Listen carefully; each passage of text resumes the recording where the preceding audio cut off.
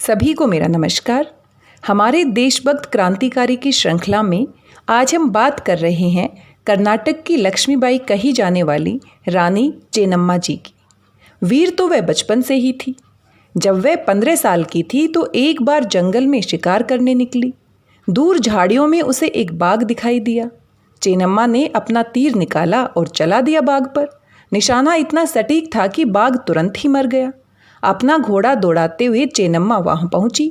तभी वहां एक और घुड़सवार आ गया और उसने बाघ की तरफ इशारा करते हुए कहा कि ये बाघ मेरे तीर से मरा है। मरे हुए बाघ के ऊपर अधिकार जमाने के लिए दोनों में काफ़ी देर तक बहस चली, पर चेन्नम्मा नहीं मानी। तभी उस घुड़सवार ने चेन्नम्मा के सामने विवाह का प्रस्ताव रख दिया। ये घुड़सवार थे दक्षिणी भारत के एक रियासत किट्टूर के राजा मल्ला सराजा देसाई। चेन्नम्मा के परिवार ने शादी का प्रस्ताव स्वीकार कर लिया। दोनों की शादी धूमधाम से हुई और चेन्नम्मा रानी बनकर किट्टूर पहुंची। चेन्नम्मा का बेटा हुआ, लेकिन भाग्य ने कुछ और ही लिखा था। कुछ सालों में ही उनके पति का देहांत हो गया।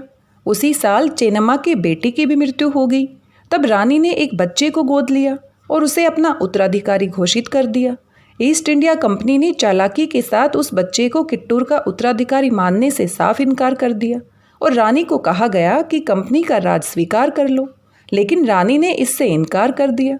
इस पर अंग्रेजों ने किट्टूर पर 20,000 सैनिकों के साथ हमला बोल दिया। पति की मौत हो चुकी थी, साथ में छोटा बच्चा था। चेन्नम्मा चाहती तो अंग्रेजों से संधि कर आराम से अपनी जिंदगी बिता सकती थी, लेकिन रानी ने अपनी मातृभूमि को बचाने, अपने लोगों को अंग्रेजों के अत्याचार से बचाने के लिए युद्ध लड़ना बेहतर समझा। युद्ध शुरू हुआ। किले में घिरे होने के बावजूद रानी ने अपने सैनिकों के साथ मिलकर अंग्रेजी सेना में कत्लेआम मचा दिया। उन्होंने बड़े बड़े अंग्रेजी अफसरों को मौत के घाट उतार दिया और उन्हें बंधक भी बना लिया।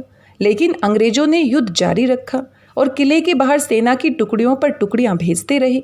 रानी बिना थके लड़ती रही, लेकिन अंत में रानी बंधक बना ली गई और उन्हें जेल में डाल दिया गया। भले ही चेन्नम्मा आखिरी लड़ाई में हार गई, लेकिन उनकी वीरता को हमेशा याद किया जाता है और उन्हें कर्नाटक की लक्ष्मीबाई भी कहा जाता है। हम नमन करते हैं उनकी सच्ची देशभक्ति की भावना को। हम नमन करते हैं रानी चेन्नम्मा जी की वीरता को और हमें इनके जैसा बनना है। जय हिंद, जय भारत।